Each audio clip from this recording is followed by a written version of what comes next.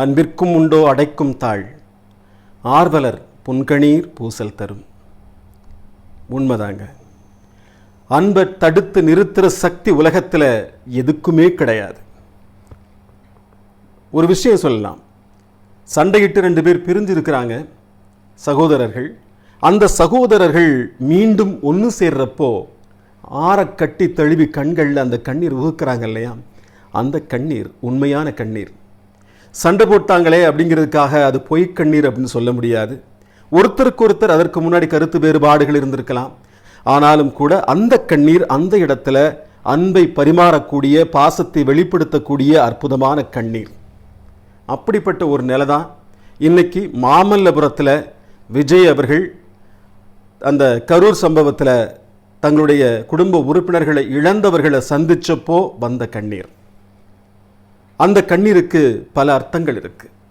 அதையெல்லாம் தான் இன்னைக்கு நம் நாடு சேனலில் பார்க்க போகிறோம். இதுவரைக்கும் நம்ம சேனலை சப்ஸ்கிரைப் பண்ணாதவங்க சப்ஸ்கிரைப் பண்ணிக்கங்க. தொடர்ந்து இது மாதிரியான வீடியோக்கள் உங்களை வந்து சேர ஏதுவாக இருக்கும். அந்த கண்ணீர் பற்றி பேசிகிட்டு இருந்தோம். கண்ணீரில் பலவிதம் இருக்குது. பொய்க்கண்ணீர், போலிக்கண்ணீர், நீலிக்கண்ணீர் எல்லாமே இருக்குது. அதே மாதிரி ஆனந்த கண்ணீர் இருக்குது. இது துயர கண்ணீர். இந்த துயர கண்ணீர் அப்படிங்கிறது உண்மையான கண்ணீர். அன்பின் கண்ணீரும் இருக்குது.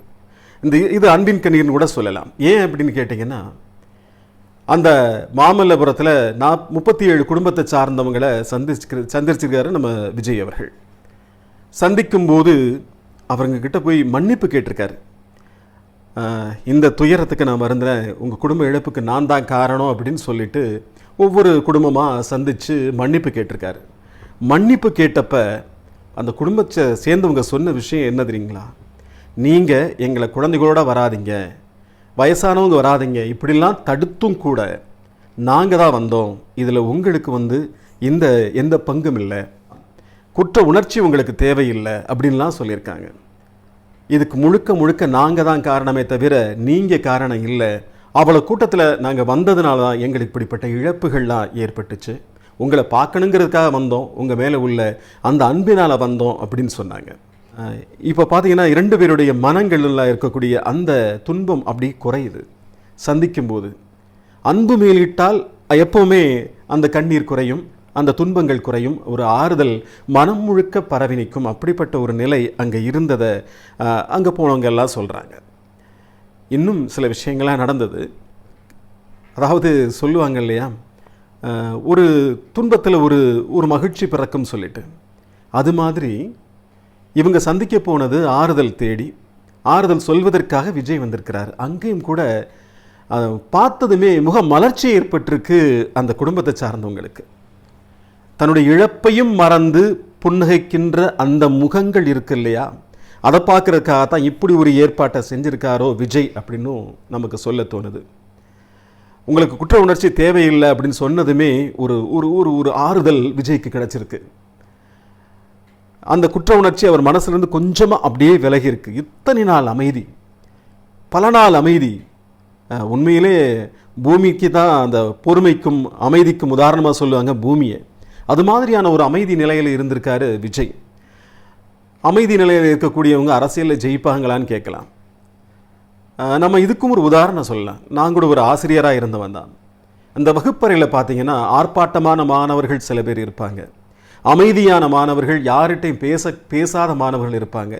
இவங்க 2 பேருடைய வெற்றி அளவை நம்ம எடுத்து பார்த்தோம்னா, யார் அமைதியாக இருக்காங்களோ, யார் ஒரு மற்றவங்கள்ட்ட பேசாமல் தனிச்சிருக்கிறாங்களோ, அவங்க அந்த தேர்வில் வெற்றியடைகிற பல மாணவர்களை நான் தொடர்ந்து பல ஆண்டுகளாக பார்த்துருக்கேன்.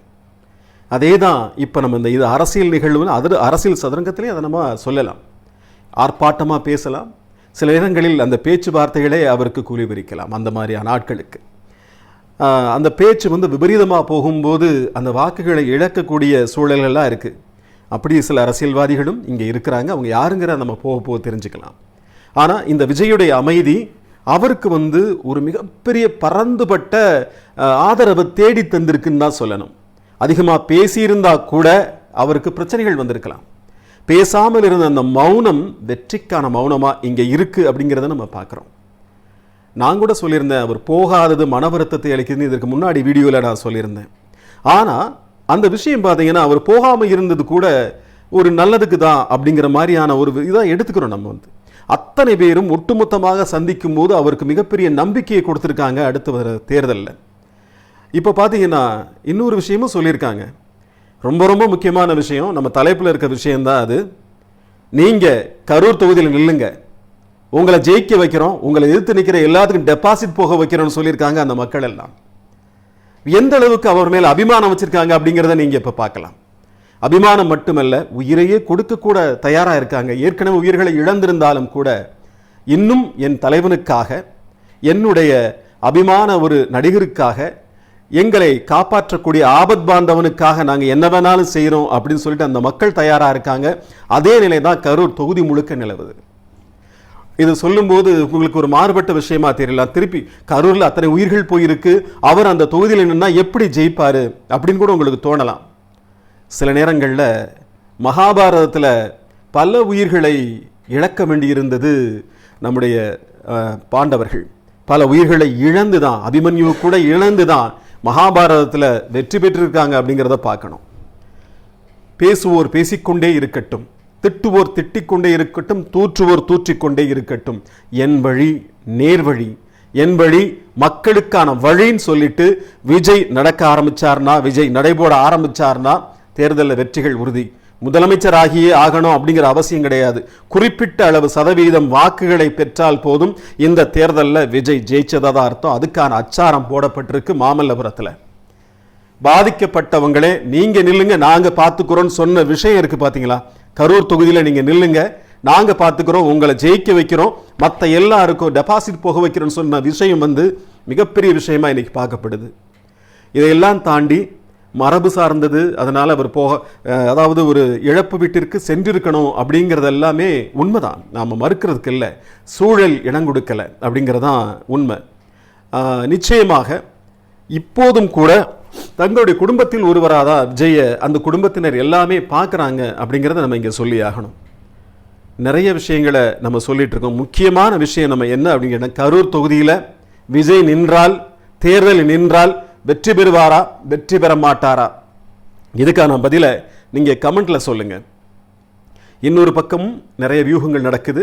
அது மட்டும் இல்லாமல் இந்த ஒரு நிகழ்ச்சி மூலமாக ஒரு புது தெம்பு விஜய் அவர்களுக்கு கிடைச்சிருக்கு.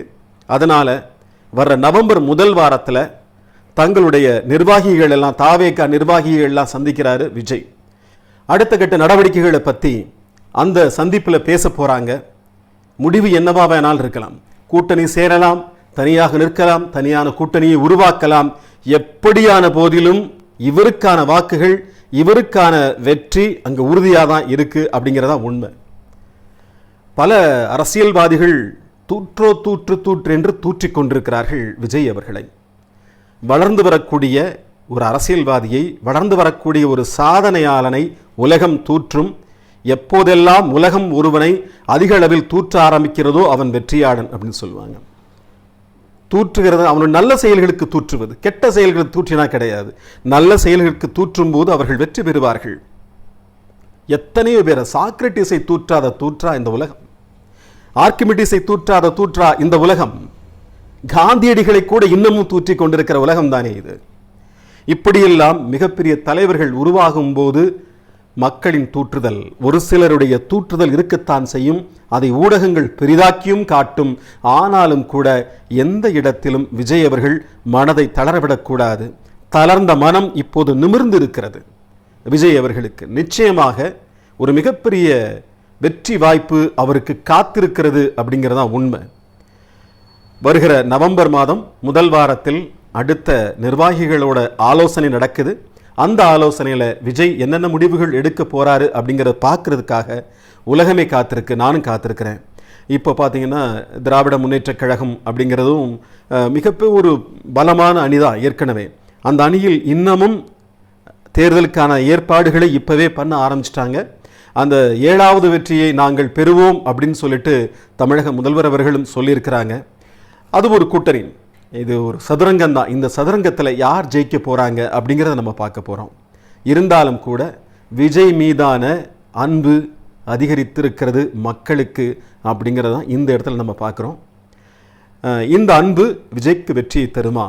அப்படிங்கிறத நம்ம பொறுத்திருந்து பார்க்கலாம். நான் இந்த நிகழ்ச்சி மூலமாக உங்கள் முன்னால் நான் ஏற்கனவே சொல்லியிருக்கிறேன், இந்த நம் நாடு டிவியுடைய நீதிபதிகள் நீங்கள் தான், நம் நாடு டிவியுடைய நம் நாடு சேனலுடைய முக்கிய விருந்தினர்கள் நீங்கள் தான் பதில் சொல்ல போகிறீங்க.